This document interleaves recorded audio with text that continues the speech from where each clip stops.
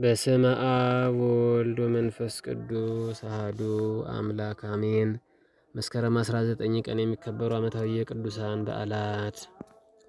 በተራራ ላይ ከአራዊት ጋር ሆኖ ተጋድሎን የፈጸመው አቡነ ቂርቆስ ገዳማዊ ዕረፍቱ ነው። ዳግመኛም በዚህች ዕለት የአርማኔው አቡነ ጎርጎርዮስ ዓመታዊ መታሰቢያ በዓላቸው ነው። ቅዱስ ቂርቆስ ገዳማዊ ይህ ጻድቅ ከከሃዲው ንጉሥ ከመርቅያን ሸሽቶ በከፍተኛ ተራራ ላይ በብቸኝነት ተቀመጠ። በውስጡም አራዊት ይኖሩበታል። ስለ ምግቡም ጌታችን በጸሎት በጠየቀ ጊዜ አጋዘን በየቀኑ በየ3 ቀኑ ወደ እርሱ እንድትመጣ ወተቷንም እንዲጠጣ አዘዘለት። በእንደዚህ ያለ ስራም 10 ዓመት በተጋድሎ ኖረ። የተረገመ ሰይጣንም በዚህ ተጋድሎ ቀናበትና በተለያዩ ነፍሶች ፈተናዎች ሊጥለው ሞከረ። በጥቁር ባሪያ አምሳል እየተገለጠ የሚፈትንበት ጊዜ አለ። በብዙ ሰራዊትና በፈረሰኛ አምሳል እየተገለጠ የሚገርፍበትም ጊዜ አለ።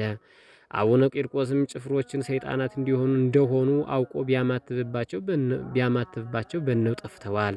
በእንዲህ አይነት ፈተና ውስጥ ሆኖ ብቻውን በመጋደል ከኖረ በኋላ የእረፍቱ ጊዜ ሲደርስ ወደ ሊቀ ጳጳሳቱ አባ ብንያሚን ዘንድ ሄዶ ታሪኩን በሙሉ ነግሯቸው ወደ በዓቱ ተመለሰ። እሳቸውም የሚያርፍበት ቀን በመንፈስ አውቀው ገንዘው እንዲቀብሩ 3 ኤጲስቆጶሳትን በሚያርፍበት ዕለት ላኩለት። ኤጲስቆጶሳቱን ከገዳማዊ ቅዱስ ቂርቆስ በዓት በደረሱ ጊዜ ነፍሱ በክብር ስታርግ አይተው እግዚአብሔርን እያመሰገኑ ከበዓቱ ውስጥ ቀብረውት ተመለሱ። የቅዱሱ አባታችን ቂርቆስ ገዳማዊ ረድኤቱ በረከቱ በሁላችን ላይ እጥፍ ድርብ ሆኖ ይደር አሜን። ዳግመኛ በዚህች ዕለት የአርማኔው አቡነ ጎርጎርዮስ በጥልቅ ጉድጓድ ውስጥ ጥለውት በዚያም ጨለማ ውስጥ ለ15 ዓመታት ኑሮ በዚህች ዕለት ከጉድጓድ ወጥቷል። እርሳቸውም ከጉድጓዱ ከወጡ በኋላ ንጉሥ ድርጣድስ ሰይጣን ተዋህዶት በነ ቅድስት አርሴማ ላይ በሰራው ግፍ እግዚአብሔር የተፈጥሮ መልኩን ቀይሮት እንደ እሪያ አድርጎት ሳለ ጻድቁ በጸሎታቸው ወደ ተፈጥሮ ማንነቱ ቀይረውታል። የዕረፍታቸው ዕለት ታኅሳስ 15 ቀን ይመለከታል። አቡነ ጎርጎርዮስ ዘአርማንያ የአርማንያው ሊቅ ጳጳስ አቡነ ጎርጎርዮስ በንጉሱ ድርጣድስ ዘመን ሰማዕትነት የተቀበሉ ታላቅ አባት ናቸው። ንጉሱ ዕጣን ሊያሳርግ ወደ ጣዖት ቤቱ ሲገባ አቡነ ጎርጎርዮስን ጠርቶ ለአማልክት ዕጣን አሳርጉ አላቸው። እሳቸውም ትእዛዙን አልፈጽምም ባሉት ጊዜ እጅግ ጽኑ በሆነ በተለያዩ ስቃዮችም አሰቃያቸው። ንጉሱም ብዙ ካሰቃያቸው በኋላ ጥልቅ ጉድጓድ አስቆፍሮ በዚያ ውስጥ ጣላቸው። አባታችንም በዚያ ጥልቅ ጉድጓድ እንደተጣሉ ለ15 ዓመት ኖሩ። ስለ ምግባቸው እግዚአብሔር አንዲት እናትን አዘዘላቸው።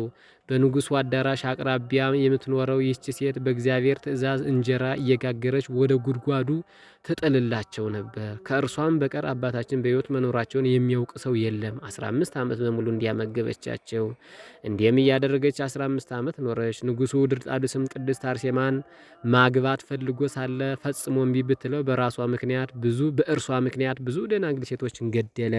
ሰይጣን በልቡ ያደረበት ይህ ንጉሥ ድርጣድስም ደናግሎችን እነ ቅድስት አርሴማን በብዙ ስቃይ ከገደላቸው በኋላ ስጋቸውን በተራራ ላይ ጥሎት ነበር። ነገር ግን ምንም ሳይሆን በጌታችን ጥበቃ ኖረ። የቅድስት አርሴማም ውበቷን እያሰበ ስላስገደላት የሚጸጸት ሆነ።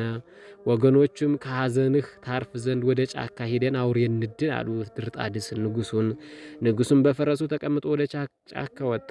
ነገር ግን ሰይጣን ተዋህደውና በነ ቅድስት አርሴማና በነ አቡነ ጎርጎርዮስ ላይ በሰራው ግፍ እግዚአብሔር የተፈጥሮ መልኩን ቀይሮት እንደ እሪያ 4 እግር ያለው እንደ እንስሳትም አደረገው። ንጉሱ ድርጣድስም ወደ እሪያነት ከተለወጠ በኋላ ያገኘው ሁሉ የሚናከስ ሆነ። በቤተ መንግስቱም ባሉ ሰዎች ላይ ሰይጣን አደረባቸውና ታላቅ ጭንቅ ሆነ።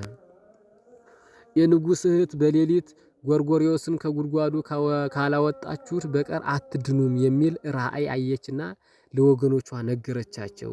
እነሱ ግን የሞተ መስሏቸው ስለነበር ይህን ሲሰሙ እጅግ ደነገጡና የት እናገኘዋለን ብለው ተጨነቁ።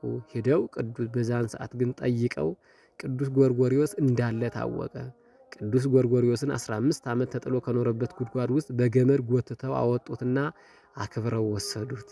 እርሱም የደናግሉን ስጋ ወዴት እንዳደረሱት ሲጠይቅ በተራራ ላይ እንዳለ ነገሩት። ሂዶ ሲያየው ምንም ሳይነካው በደህና አገኘው። 15 ዓመት በሙሉ ማለት ነው።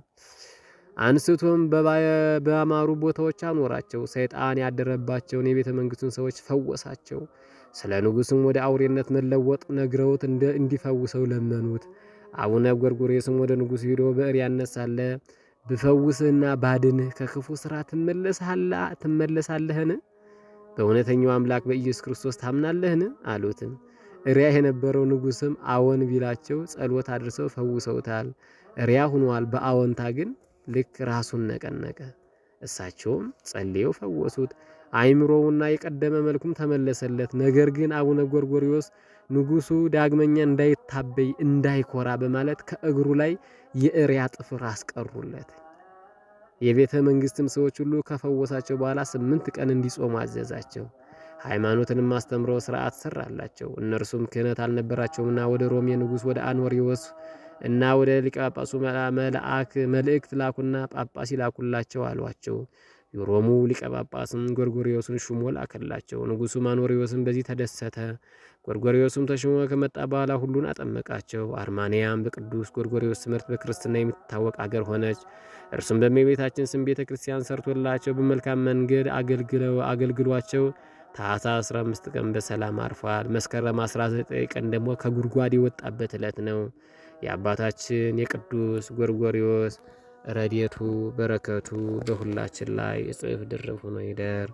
በዕለቱ ከተነሱት ቅዱሳን ረድኤት በረከት ይክፈለን። ወስብሐት ለእግዚአብሔር ወለወላዲቱ ድንግል ወለመስቀሉ ክቡር አሜን።